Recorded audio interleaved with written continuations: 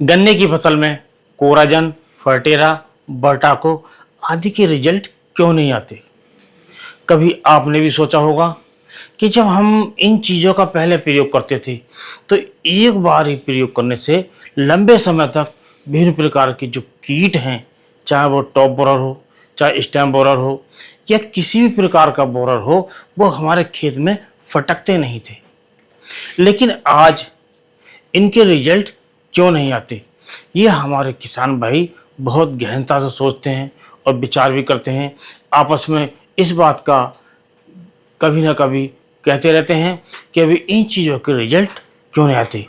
और कुछ लोग तो कुछ क्या अधिकतर यही आरोप लगाते हैं कि इन चीज़ों में पहले की अपेक्षा ये तो कंपनी जो टेक्निकल है कम डाल रही है, या जो इनका निर्माण हो रहा है वो ठीक से नहीं हो रहा है। लेकिन दोस्तों, ऐसा कुछ भी नहीं है। जो कंपनी बहुत मोटा पैसा खर्च करके उस पर रिसर्च करती है, उसकी परमिशन लेती है, जो फॉर्मूलेशन तैयार होता है, और उसे फिर प्रचार प्रसार में वो अरबों करोड़ों रुपया खर्च करती है, तो ऐसी कोई कंपनी नहीं जो अपने एक बार में बनाया हुआ जो ब्रांड है, बनाया हुआ ब्रांड, वो उसको बिगाड़ दे।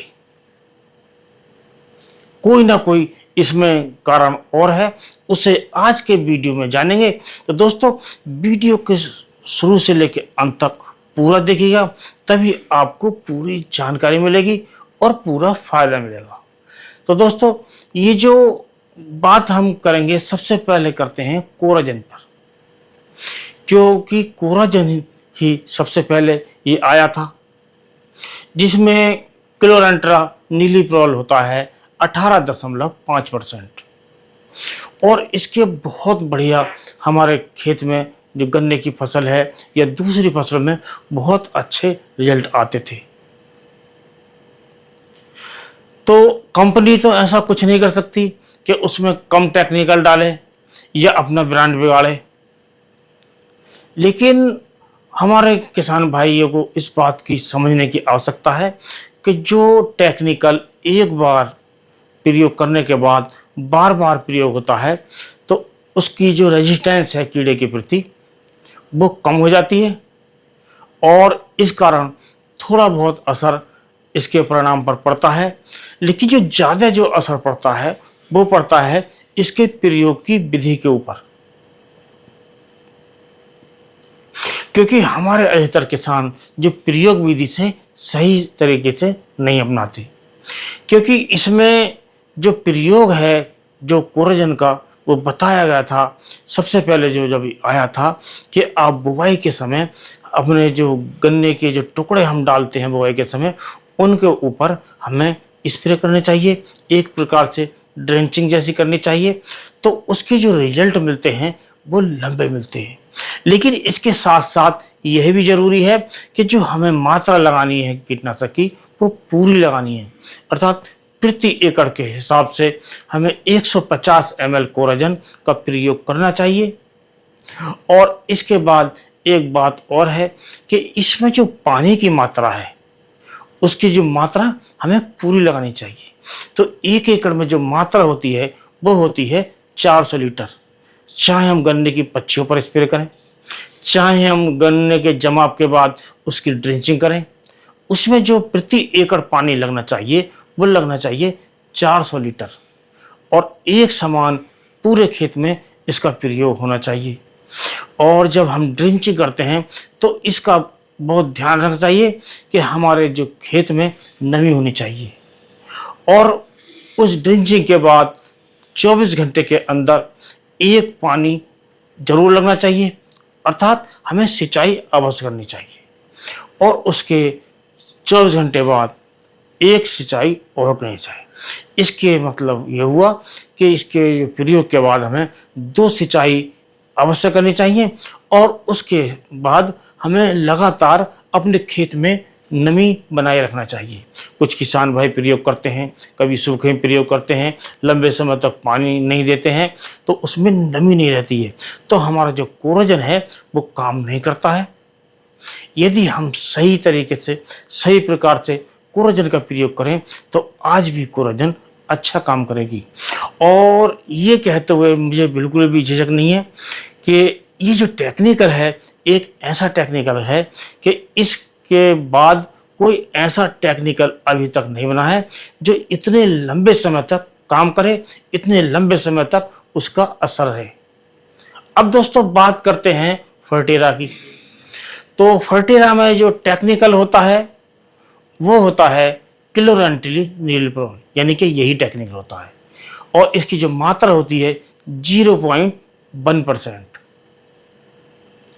और इसमें भी इस बात का ध्यान रखना चाहिए कि जब हम प्रयोग करें फर्टेरा का, तो एक तो हमारे खेत में नमी बनी रहनी चाहिए, उसके बाद डबल सिंचाई हमें करनी चाहिए। सिंचाई ये का मतलब ये नहीं होता कि हम पानी भरकर अपने खेत से निकाल दें। हल्की सिंचाई भी अच्छा काम करती है, यानी कि जो गन्ना हमारा होता है ये हल्की सिंचाई मांगता है, लेकिन हल्की सिंचाई मांगने के साथ साथ ये नमी बनाए रखना चाहता है जब ये टेक्निकल पड़ता है। उसके बाद हमें इसकी मात्रा का अवश्य ध्यान रखना चाहिए कि इसकी जो मात्रा होती है 8 किलोग्राम प्रति एकड़ के हिसाब से गन्ने की फसल में होती है। लेकिन हमारे किसान भाई अपनी इच्छा अनुसार या दूसरे के बताए अनुसार जो प्रयोग करते हैं, अधिकतर वो करते हैं 4 से 5 किलोग्राम प्रति एकड़ कर लेते हैं, जो मात्रा प्रयोग की बहुत कम होती है, इसलिए इसके रिजल्ट नहीं आते हैं। और उसके बाद इसका जो प्रयोग है, यदि हम सही मात्रा में करें, सही समय पर करें और सही तरीके से करें, तो इस फर्टेरा के रिजल्ट भी हमें शानदार मिलेंगे। अब दोस्तों बात करते हैं वर्टाको की। जो वर्टाको होता है उसमें जो फर्टेरा और कोराजन में जो टेक्निकल होता है क्लोरानिलीप्रोल, वो भी इसमें होता है। उसकी मात्रा होती है 0.4%। और उसके साथ एक एक्स्ट्रा टेक्निकल और होता है जो कोराजन या फर्टेरा में नहीं होता, वो होता है थाइमेथॉक्सम 1%। तो इसमें 2 टेक्निकल होते हैं और 2 टेक्निकल की वजह से इसके रिजल्ट थोड़ा बढ़ जाते हैं, क्योंकि जो हमारे जो फर्टेरा या कोराजन होता है वो काम करता है टॉप बोरर पर, सूट बोरर पर, या किसी प्रकार का बोर है, छिद्र करने वाले कीट हैं उन पर इसका असर होता है। लेकिन जो वर्टाको होती है उसमें जो थाइमेथॉक्सम एक्स्ट्रा होता है, उसमें जो रस चूसने वाले कीट हैं, उड़ने वाले कीट हैं बहुत से, उन पर भी असर होता है। तो फर्टेरा का जो रिजल्ट है उससे कोराजन का रिजल्ट लगभग एक समान है। लेकिन जो वर्टाको है उसमें थाइमेथॉक्सम मिलने की वजह से कुछ कीट एक्स्ट्रा मर जाते हैं और इसका असर भी लंबा होता है। और इसमें भी वही बात है कि हमें इसकी जो मात्रा है 5 किलोग्राम प्रति एकड़ से कभी भी कम नहीं लगानी चाहिए। और बिखेरते समय गन्ने की जड़ों में उसमें आपको ध्यान रखना है कि उसमें नमी होनी चाहिए। और उसके बाद 2 पानी लगातार लगाने चाहिए, हल्के लगाने चाहिए लेकिन लगाने अवश्य चाहिए। और इस बात का अवश्य ध्यान देना चाहिए कि हमारे खेत में नमी लगातार बनी रहे। तो समय समय पर हम सिंचाई करते रहना चाहिए। यदि बरसात हो गई है तो सिंचाई की कोई आवश्यकता नहीं होती है।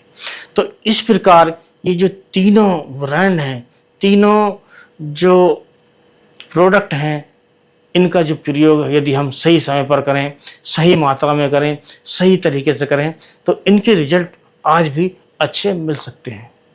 तो दोस्तों आज की वीडियो बस इतना ही।